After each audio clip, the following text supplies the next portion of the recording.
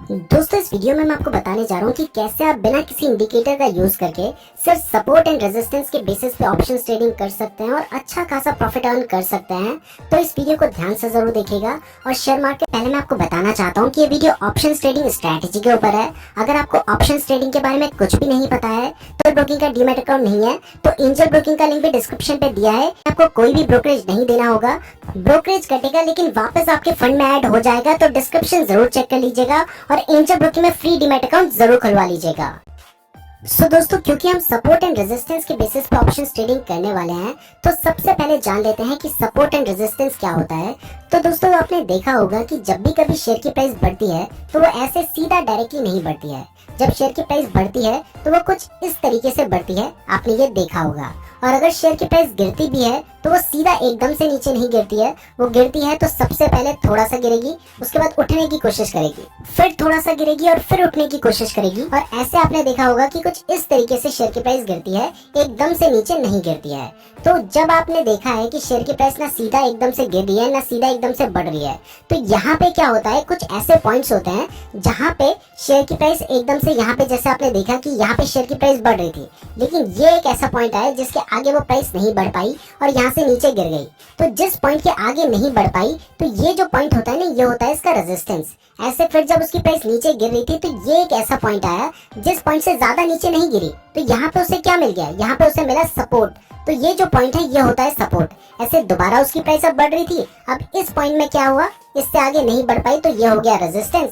फिर नीचे गिर रही थी तो इससे ज्यादा नीचे नहीं गिर पाई, तो ये हो गया सपोर्ट। ऐसे फिर बढ़ रही थी तो इससे ज्यादा नहीं बढ़ पाई, तो ये हो गया रेजिस्टेंस। और इससे ज्यादा नीचे नहीं गिर पाई, तो ये हो गया सपोर्ट। ऐसे यहाँ पे फिर से रेजिस्टेंस, यहाँ पे सपोर्ट। तो इस तरीके से शेयर की प्राइस बढ़ती है और गिरती है, और ये होता है हमारा सपोर्ट एंड रेजिस्टेंस। अभी मैंने आपको सिर्फ बेसिकली समझाया है, अब इसे डायरेक्टली हम चार्ट में देखते हैं, तब आपको ज्यादा बेटर समझ आएगा कि सपोर्ट एंड रेजिस्टेंस क्या होता है। तो दोस्तों मैंने अभी ट्रेडिंग व्यू की वेबसाइट में बैंक निफ्टी का चार्ट ओपन कर रखा है। मैं आपको सिंपल से सिंपल समझाने की कोशिश करूंगा ताकि जिनको बिल्कुल भी नॉलेज नहीं है वो इसका यूज कर पाए। तो दोस्तों आपको यहाँ पे कुछ ऐसे पॉइंट्स नजर आ रहे होंगे जहाँ पे शेयर की प्राइस गिर रही थी लेकिन बढ़ने लगी। अगर आपको ज्यादा अच्छे से यहाँ पे समझ नहीं आ रहा है, तो ये क्योंकि कैंडलस्टिक चार्ट है तो आप इसको लाइन वाले चार्ट में भी चेंज कर सकते हैं। तो अब आपको ज्यादा बेटर समझ आ रहा होगा कि कहाँ पर शेयर की प्राइस गिर रही थी और फिर बढ़ गई। तो यहाँ पे आपको दिखाई दे रहा है कि यहाँ पर शेयर की प्राइस गिर रही थी यहाँ से नीचे तक, लेकिन ये एक ऐसा पॉइंट आया जहाँ से उसकी प्राइस वापस बढ़ने लगी। तो इस पॉइंट को हम क्या कर सकते हैं, ये पॉइंट हमारा सपोर्ट हो सकता है। ये आपको समझ आ रहा है कि यहाँ पे हमारा एक सपोर्ट है, ये आपने देख लिया। उसी तरीके से ये भी एक पॉइंट ऐसा है जहाँ पे शेयर की प्राइस ने नीचे गिरी थी उसके बाद उठी, ये भी एक ऐसा पॉइंट है, ये भी एक ऐसा पॉइंट है, ये भी एक ऐसा पॉइंट है जब प्राइस गिरी थी लेकिन यहाँ से उसने वापस टर्न लिया है, तो ये पॉइंट क्या है, सपोर्ट है। ऐसे ही यहाँ से भी प्राइस नीचे गिर रही थी लेकिन ये पॉइंट क्या है, सपोर्ट है। और यहाँ से भी इसकी प्राइस नीचे गिर रही थी लेकिन यहाँ पे भी इसका सपोर्ट है। तो ये सारे पॉइंट्स आपने देखे ना कि यहाँ पे नीचे प्राइस गिरी थी और ये इसका सपोर्ट हो गया। अब जब उसकी प्राइस बढ़ रही थी, तो जब एक बार उसकी प्राइस बढ़ रही थी, अब इसका रेजिस्टेंस हमें देखना है। तो जब इसकी प्राइस बढ़ रही थी तो देखिए यहाँ से इसकी प्राइस बढ़ रही थी, ये जो पॉइंट आया इससे आगे नहीं बढ़ पाई, तो ये जो पॉइंट है ये हो गया इसका रेजिस्टेंस। ऐसे ही नीचे आई, गिरी, यहाँ पे इसने सपोर्ट लिया, फिर बढ़ने की कोशिश की, ये पॉइंट हो गया इसका रेजिस्टेंस। फिर नीचे गिरी, इससे ज्यादा इसने बढ़ने की कोशिश की यहाँ से वापस, ये पॉइंट हो गया इसका रेजिस्टेंस। ऐसे ही यहाँ पे भी रेजिस्टेंस हो गया। जो जो पॉइंट्स आपको नजर आ रहे हैं, आपको दिखाई दे रहा है कि ये रेजिस्टेंस है क्योंकि इससे आगे वो प्राइस नहीं बढ़ पाई। तो यहाँ पे आपको दिखाई दे रहा है कि प्राइस सपोर्ट और रेजिस्टेंस क्या होता है। अब ये मैंने आपको लाइन वाले चार्ट में दिखाया है। अब इसको अगर आप कैंडलस्टिक कर लेते हैं तब भी आपको ये जो दिखाई दिया था वो वहीं के वहीं पे नजर आ जाएगा। आपको दिखाई दे रहा है कि प्राइस यहाँ से नीचे गिरी थी लेकिन इससे ज्यादा नहीं गिरी, तो ये पॉइंट क्या हो गया हमारा, ये पॉइंट हो गया हमारा सपोर्ट, ये हो गया रेजिस्टेंस, ये हो गया सपोर्ट, ये हो गया रेजिस्टेंस, सपोर्ट, रेजिस्टेंस, सपोर्ट, यहाँ पे हो गया हमारा रेजिस्टेंस। तो अब अगर आपको इसमें सपोर्ट एंड रेजिस्टेंस के लिए एक लाइन ड्रॉ करनी है, तो यहाँ पे एक ऑप्शन होता है हॉरिजॉन्टल लाइन ड्रॉ करने का। तो आप सबसे पहले क्या कर सकते हैं, हॉरिजॉन्टल लाइन ड्रॉ कर सकते हैं। ये आपको एक पॉइंट नजर आ रहा है जहाँ पे बहुत सारी जो कैंडल्स हैं उसने यहाँ पे सपोर्ट लिया है, तो आप यहाँ पे हॉरिजॉन्टल लाइन ड्रॉ कर सकते हैं। हॉरिजॉन्टल लाइन ड्रॉ करने के लिए आप इस जगह पे जाएं, यहाँ पे आपको हॉरिजॉन्टल लाइन ड्रॉ करने का ऑप्शन आता है, ये रहा हॉरिजॉन्टल लाइन, और इसकी एक कमांड भी है ऑल्ट टच। तो आप क्या कर सकते हैं, सिंपली यहाँ पे गए और आपने ऑल्ट टच प्रेस कर दिया, तो अगर आप ऑल्ट एच प्रेस करेंगे तो आपकी एक हॉरिजॉन्टल लाइन यहाँ पे बन जाएगी, आपको दिखाई दे रहा है। अब यहाँ पर जो लोग नए होते हैं उन्हें कभी कॉन्फिडेंस नहीं आता कि उन्होंने सही जगह पर लाइन ड्रॉ की है। तो अगर आपको लगता है कि आपने सही जगह पर लाइन ड्रॉ नहीं की है तो भी कोई प्रॉब्लम नहीं है, बहुत ज्यादा डिफरेंस नहीं होना चाहिए। अगर थोड़ा बहुत आसपास भी आपने लाइन ड्रॉ की है तो वो भी चल जाएगा। अब यहीं पे एक आपको दिखाई दे रहा है कि 3 बार यहाँ पे इसका रेजिस्टेंस रहा है, यहाँ पे और यहाँ पे। तो यहाँ पे हमने एक क्या कर दिया, एक लाइन यहाँ पे भी ड्रॉ कर दी।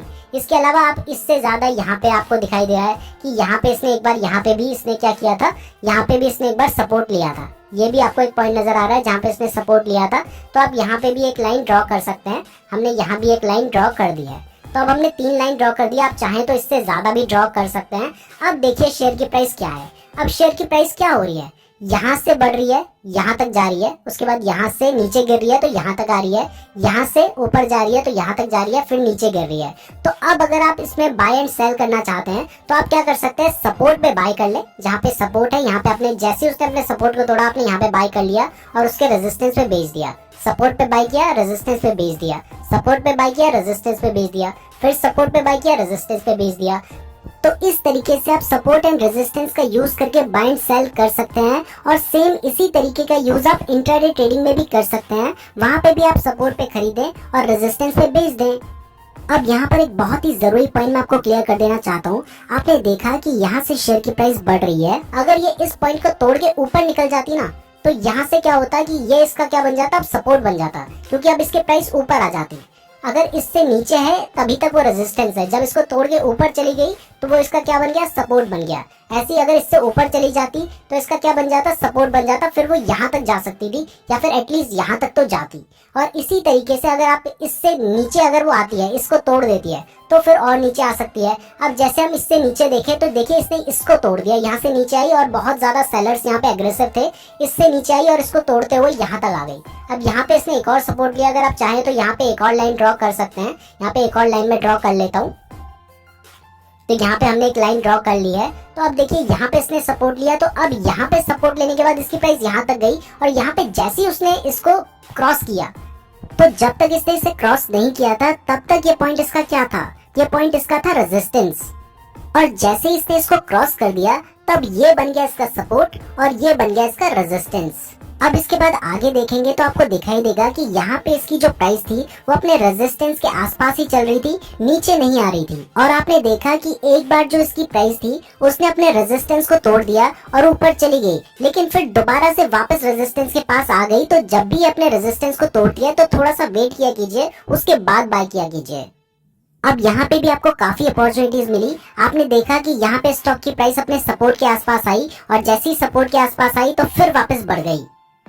अब यहाँ पे देखिए जैसे इसने अपने इस वाले सपोर्ट को तोड़ा तो अपने फर्स्ट सपोर्ट को तोड़ने के बाद सीधा सेकंड वाले सपोर्ट पे आई और सेकंड वाले सपोर्ट पे आने के बाद इसकी प्राइस ऊपर उठी। तो आपको जब दिखाई देता है कि इसने अपने सपोर्ट को तोड़ दिया है तब आप इसका पुट भी ले सकते हैं। और अगर आप इंट्राडे ट्रेडिंग कर रहे हैं तो आप इसको शॉर्ट सेल भी कर सकते हैं। तो दोस्तों अगर आप बिल्कुल बिगिनर हैं और अभी तक सिर्फ तुक्का मार के अंदाजे से पुट और कॉल बाय कर रहे थे तो अब आपके पास एक स्ट्रेटेजी आ चुकी है जिसका आप यूज कर सकते हैं पुट एंड कॉल बाय करने के लिए और ऑप्शन ट्रेडिंग करने के लिए। ये स्ट्रेटेजी 60 to 70% काम करती है और ऑप्शन ट्रेडिंग में अगर 60 to 70% कुछ काम कर जाए तो वो बहुत ज्यादा होता है। अब क्योंकि कोई भी स्ट्रेटेजी आप ऑप्शन ट्रेडिंग में यूज कर ले, चाहे कितनी बड़ी से बड़ी स्ट्रेटेजी होगी, वो 100% काम नहीं करेगी। तो आपको स्टॉप लॉस लगाना भी बहुत ज्यादा जरूरी है। तो अब सवाल उठता है कि स्टॉप लॉस कहाँ पे लगाना है। तो क्योंकि आप स्टॉक को सपोर्ट पे बाय कर रहे हैं तो जब आप सपोर्ट पे बाय करते हैं तो अगर प्राइस सपोर्ट से नीचे गिरती है तब वो और ज्यादा गिर सकती है। तो आपको सपोर्ट से थोड़ा नीचे अपना स्टॉप लॉस लगाना होगा या फिर एक ट्रेड में आप जितना रिस्क ले सकते हैं उस हिसाब से ही आप स्टॉप लॉस लगाएं। और आपका जो टारगेट होगा वो होगा इसका रेजिस्टेंस। तो जो इसका रेजिस्टेंस है वहां पे आप अपना टारगेट लगाएं और अगर बार बार कोशिश करने के बाद भी वो जो प्राइस है स्टॉक की वो रेजिस्टेंस के पास नहीं पहुंच पा रही है तो आप उससे थोड़ा पहले भी सेल कर सकते हैं। मैं उम्मीद करता हूँ आपको वीडियो पसंद आई होगी। दोस्तों यहाँ पे मैं आपको क्लियर करना चाहता हूँ कि ये वीडियो सिर्फ एजुकेशन पर्पस के लिए थी। अगर आप किसी भी स्ट्रेटेजी का यूज करते हैं तो उसको यूज करने से पहले खुद भी रिसर्च जरूर कर लें। और ऑप्शन ट्रेडिंग बहुत ज्यादा रिस्की होती है तो सिर्फ उतना ही पैसा इन्वेस्ट करें जितना आप रिस्क लेने के लिए तैयार है। और चाहे आपको लाइफ में कितना भी भरोसा हो, कभी भी लोन लेकर इन्वेस्टमेंट ना करें क्योंकि इससे आप बहुत बड़ी मुसीबत में पड़ सकते हैं। एंजल ब्रोकिंग में फ्री डीमैट अकाउंट खुलवाने का लिंक डिस्क्रिप्शन पे दिया है, तो डिस्क्रिप्शन जरूर चेक कर लीजिएगा। तो लाइक जरूर कीजिएगा। इस इस तरीके की और वीडियोस देखने के लिए चैनल को जरूर सब्सक्राइब कर दीजिएगा। और अगर आपने यहाँ तक वीडियो देखी है तो आप हमारे लिए बहुत ज्यादा स्पेशल है, कमेंट करके जरूर बताइएगा। धन्यवाद।